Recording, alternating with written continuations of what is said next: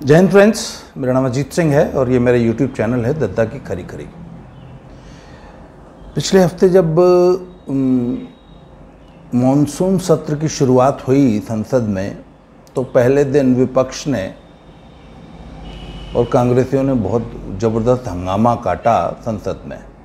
संसद की कार्रवाई नहीं चलने दी गई और सरकार पे ये आरोप लगाए गए कि उसने इजरायली सॉफ्टवेयर पेगासस के जरिए विपक्ष के नेताओं की, कार्यकर्ताओं की, एक्टिविस्ट्स की और जर्नलिस्ट्स की जासूसी की है। और इस पे बहुत ज़बरदस्त हंगामा हुआ। और जब सूचना प्रौद्योगिकी मंत्रालय के वो जो नए मंत्री हैं वैष्णव जी, वो जब अपना वक्तव्य पढ़ रहे थे राज्यसभा में, तो उनके हाथ से वो कागज़ छीन के फाड़ दिया गया और उनको बोलने नहीं दिया गया। तो तब इस हंगामे के बीच इजराइल से ये खबर आई कि ये जो पेगासस जो सॉफ्टवेयर है ना, ये इजराइल की एक कंपनी है NSO, उसका है। तो NSO ने कहा कि ऐसा है बेटा, ये जो तुम ऊट पटांग इल्ज़ाम लगा रहे हो और खबरें छाप रहे हो ना, हम तुमको स्यू कर देंगे, तुम्हारे ऊपर मानहानि का दावा कर देंगे, क्योंकि तुम झूठ बोल रहे हो। तुम सिर्फ आरोप लगा रहे हो, तुमने एक भी प्रूफ नहीं दिया है और एक भी तथ्यात्मक बात नहीं की है। तुमको ये तथ्य कहाँ से मिले, इस संबंध में तुमने कुछ नहीं कहा है। तुमने सिर्फ उल जलूल आरोप लगाए हैं, जिन आधारहीन, तथ्यहीन आरोप, और हम तुमको मानहानि का मुकदमा कर दूंगा। NSO ने जब ये धमकी दी तो ये स्क्रॉल क्विंट, ये है ना, ये इस टाइप की, और ये जो हमारा चाइनीज़ अखबार है हिंदू जैसे अखबारों ने तुरंत अपनी हेडलाइंस जो पहले कह रहे थे कि the phones have been tapped, इन्होंने तुरंत अपनी हेडलाइंस जो है चेंज कर दी कि मे हैव बीन टैप्ड। अब ये हैव बीन टैप्ड नहीं कह रहे, कहते आशंका है कि शायद टैपिंग हुई होगी, क्योंकि मानहानि के मुकदमे की धमकी आ गई ना NSO की तरफ से। अच्छा, ये इसकी जो पूरे की जो शुरुआत है ना, ये सब ये शुरू हुई है, ये एक न्यूज़ क्लिक नाम का एक पोर्टल है, इसकी जांच कर रही थी हमारी एनफोर्समेंट डायरेक्टरेट। तो तब उस जांच में पाया गया कि इस अनजान से, जिसे हम 2 कौड़ी का एक न्यूज़ पोर्टल कह सकते हैं। अच्छा, सही बताऊं, मैंने तो इसका आज तक नाम नहीं सुना था। ये जब ये पेगासस वाला का जब ये प्रकरण शुरू हुआ, तो मैंने पहली बार इस न्यूज़ क्लिक का नाम सुना है। तो तब इसको 38 करोड़ रुपए की फंडिंग मिली है पिछले 3 साल में। तो अब सब सरकार ये पूछ रही है इनसे कि भैया ऐसा क्या करते हो कि ये तुमको विदेश से 38 करोड़ रुपया आया है, ऐसी कौन सी सर्विस प्रोवाइड करते हो। तो सब जब एनफोर्समेंट डायरेक्टरेट ने और आगे ज़्यादा जांच की, तो एक क्यूबन ओरिजिन का एक श्रीलंकन बिजनेसमैन है, उसका नाम है नेविल रॉयसिंघम। तो नेविल रॉयसिंघम के मार्फत 38 करोड़ रुपया पिछले 3 साल में न्यूज़ क्लिक को आया है। तो जब न्यूज़ क्लिक के खातों की और जांच की गई, तो सब एक इलेक्ट्रीशियन को 1.5 करोड़ रुपए की पेमेंट है, एक इलेक्ट्रीशियन को। तो सब एनफोर्समेंट डायरेक्टरेट ने ये पूछा कि भैया इस इलेक्ट्रीशियन ने ऐसी कौन सी सर्विस दी है तुमको या किसी को भी, जिनके लिए तुम काम करते हो, उनको या तुमको, कि तुमने इसको 1.5 करोड़ का पेमेंट किया है। तो एक इलेक्ट्रीशियन को 1.5 करोड़ का पेमेंट, किन उसके बिल्स विल सब लाओ। अब इसका अब कोई जवाब नहीं था उनके पास।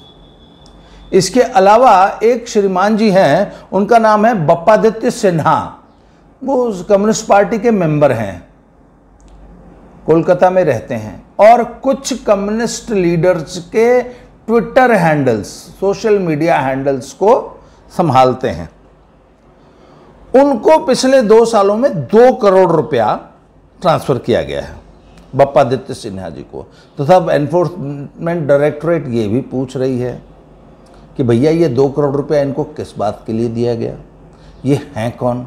उसके बाद जब न्यूज़ क्लिक के खातों की जब जांच की गई, तो पता लगा साहब कि इन्होंने आगे जो है गौतम नवलखा को फंडिंग की है। गौतम नवलखा कौन? वो अर्बन नक्सल जो जेल में है, और वो जो कि वो यलगार परिषद वाले, मतलब इन को ये लोग एक्टिविस्ट कहते हैं, ये ह्यूमन राइट्स एक्टिविस्ट कहलाते हैं। जबकि असलियत ये है कि ये सब जो हैं नक्सलियों को पूरा मॉरल सपोर्ट देते हैं, लॉजिस्टिक सपोर्ट देते हैं, उनको फंडिंग करते हैं, और उनको भारत की सरकार और भारत की आम जनता, भारत की आम मासूम निरीह जनता के खिलाफ लड़ने के लिए सारा लॉजिस्टिक सपोर्ट प्रोवाइड करते हैं, हथियारों से लेकर हर चीज़ तक, और उनको मॉरल सपोर्ट देते हैं। उनका वैचारिक पूरा ताना बाना और वैचारिक आधार ये बनाते हैं, और ये अपने आप को फिर ह्यूमन राइट एक्टिविस्ट भी कहते हैं। तो साहब गौतम नवलखा को एक बहुत मोटी फंडिंग दी गई है न्यूज़ क्लिक के द्वारा। अच्छा, जब वो नेविल रॉय सिंघम के जब खातों की जांच हुई और जब उसकी सोर्सिंग का पता लगाया गया, तो पता लगा था अब उनको फंडिंग आ रही है चाइना से। तो अब आप ये बताइए ना कि जब ऐसे तत्व हैं जो कि सरेआम भारत विरोधी ताकतों से मिले हुए हैं, जो सरेआम वहां से पैसे ले रहे हैं, उनके ऊपर यदि सरकार कार्रवाई करती है तो ये क्यों नहीं बिलबिलाएंगे? अच्छा, इस कार्रवाई का एक और मैं आपको एंगल बता दूं। एमनेस्टी इंटरनेशनल के भारत में हेड थे साहब आकार पटेल साहब। आप आकार पटेल की पिछले 5 साल की गतिविधियां उठा के देख लीजिए। एमनेस्टी इंटरनेशनल जो है वो भारत में विदेशी फंडिंग लेके आती थी और भारत में ह्यूमन राइट्स पे वॉच करती थी। पहली बात तो तुमको किस अधिकार क्या है कि तुम एक सॉवरेन स्टेट में आके उसके अंदरूनी मामलों में दखल करो। अच्छा साहब, इनके ह्यूमन राइट्स हैं किसके लिए? आतंकवादियों के लिए, नक्सलियों के लिए, देश विरोधी हरकतें करने वालों के लिए। इनके सारे ह्यूमन राइट्स हैं कसाब जैसे लोगों के लिए। इनके सारे ह्यूमन राइट्स हैं किसके लिए? वो लोग जो दंगे करते हैं, वो जो JNU में स्टूडेंट का लबादा ओढ़ के जो नक्सली गतिविधियां कर रहे हैं, देश विरोधी गतिविधियां कर रहे हैं, स्टूडेंट बन के दिल्ली में दंगे भड़का रहे हैं, CAA और NRC जैसे प्रोटेस्ट करके दिल्ली की सड़कें 6-6 महीने 8-8 महीने घेरे बैठे हैं और दिल्ली में दंगा करवा रहे हैं। ऐसे लोगों की ह्यूमन राइट्स के लिए ये लड़ाई करते हैं, the so called amnesty international जैसे लोग। तो तब मोदी सरकार ने पिछले 5-6 सालों में इनकी सारी फंडिंग की जांच की और इनके सारी गैरकानूनी जो ये इनकी जो फंडिंग के जो स्रोत थे उन पे सब पे बैन लगा दिया, उनको रोक लगा दिया, और एमनेस्टी इंटरनेशनल को अपना बोरिया बिस्तर यहाँ से बांध के जाना पड़ा। तो उसका जो हेड था, एग्जीक्यूटिव डायरेक्टर था आकार पटेल, वो आज मोदी सरकार का सबसे बड़ा क्रिटिक हुआ है, और वो तमाम कम्युनिस्ट, कांग्रेसी और जितने भी ये नक्सली गतिविधियां हैं देश में, उसका सबसे बड़ा चेहरा आकार पटेल है। तो सब उस आकार पटेल की संस्था ने ये पेगासस में आरोप लगाया कि सब हमारे एक्टिविस्ट की और हमारे जर्नलिस्ट की और विपक्ष के बहुत सारे नेताओं की, और साथ में उन्होंने 2 बीजेपी के नेताओं का भी नाम ले दिया।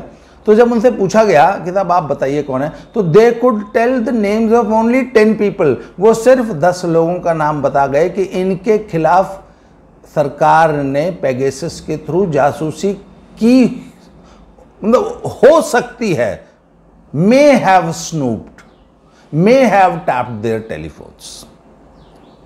अच्छा साहब, अब सुनिए, भारत सरकार के पास एक ऐसा वैधानिक संवैधानिक टूल है जिसके माध्यम से वो किसी भी व्यक्ति की देश विरोधी एक्टिविटीज के कारण उसको उसका फोन टैप कर सकती है लीगली।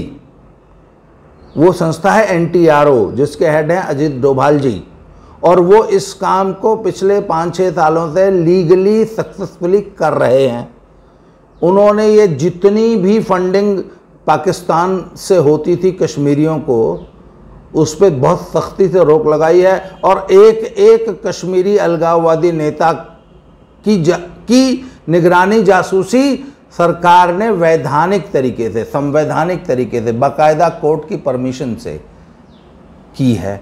तो जब भारत सरकार के पास इन देश विरोधी, देशद्रोहियों की निगरानी करने के लिए ऑलरेडी एक मैकेनिज्म है, तो पहले अब मुझे ये बताइए ना कि सरकार को फिर वो पेगासस सॉफ्टवेयर खरीदने की करोड़ों रुपए, मतलब उसका मैंने सुना है कि हज़ारों करोड़ रुपए का वो जो है सॉफ्टवेयर है, तो आखिर उसकी क्या ज़रूरत है जब हमारे पास NTRO है और हम NTRO से लीगली किसी भी ऐसे व्यक्ति की निगरानी कर सकते हैं। उसका फ़ोन, उसका ईमेल, उसके सारे मैसेजेस भारत सरकार लीगली पढ़ सकती है और पढ़ती है और इसको स्वीकार करती है कि हाँ हम ऐसा करते हैं। तो साहब आप मुझे ये बताइए कि फिर सरकार को ऐसा इस प्रकार का ये स्नूपिंग करने की पेगासस के थ्रू ज़रूरत क्या है? तो सरकार ने जो है इस पे एक इंटर मिनिस्ट्रियल कमेटी बैठाती है जो इन आरोपों की जांच कर रही है और इन तमाम संस्थाओं से, इन तमाम पोर्टल से और इनसे कहा गया है कि यदि आपके पास अपने आरोप सिद्ध करने के लिए कोई प्रूफ है तो वो दीजिए। तो जैसे ही आरोप लगाना तो बहुत आसान बात है ना, उसको आपको प्रूव भी करना होता है। तो जैसे ही प्रूव करने की बात आई तो ये श्रीमान जी लोग जो हैं अपने अपने बिलों में वापस घुस गए हैं और ये पेगासस का मुद्दा जितनी तेजी से उभर के आया था उतनी ही तेजी से वापस बिल में घुस गया है। उसका एक कारण और भी है कि कुछ समझदार लोगों ने विपक्ष को समझाया कि अरे भैया, भारत देश में सरकार किस पत्रकार की या किस एजेंडेबाज की या किस एक्टिविस्ट की या किस अर्बन नक्सल की जासूसी कर रही है, इससे भारत की जनता को कोई फर्क नहीं पड़ता। भारत की जनता को पता है कि हमारी ऐसी कोई प्राइवेसी नहीं है जिसको कि सरकार जान लेगी तो हमारा क्या उखाड़ लेगी। भारत की जनता इस मामले में चिंता, और ये स्नूपिंग का इशू भारत की जनता के लिए मैटर नहीं करता है। तो उनको लोगों ने सलाह दी कि जो मुद्दे मैटर करते हैं, भैया अगर तुमको लड़ना ही है, तुमको संसद जाम करनी है, संसद के वेल में कूदना ही है, तो यार पेट्रोल डीजल महंगा है उस पर कूद जाओ, महंगाई तुम्हारे सो कॉल्ड महंगाई बढ़ गई उस पर कूद जाओ, ऑक्सीजन से कोई नहीं मरा इस मुद्दे पे कूद जाओ,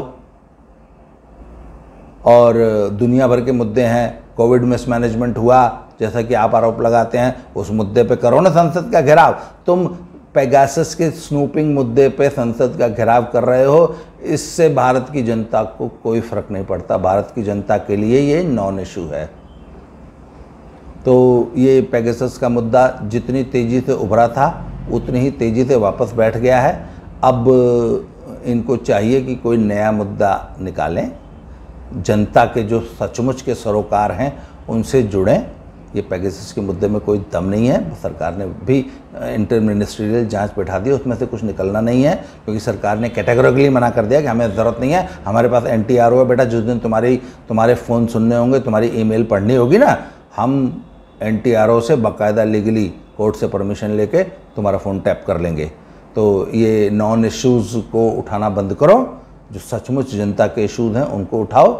आज के लिए इतना ही, अगले वीडियो में फिर से मिलते हैं। Thank you very much.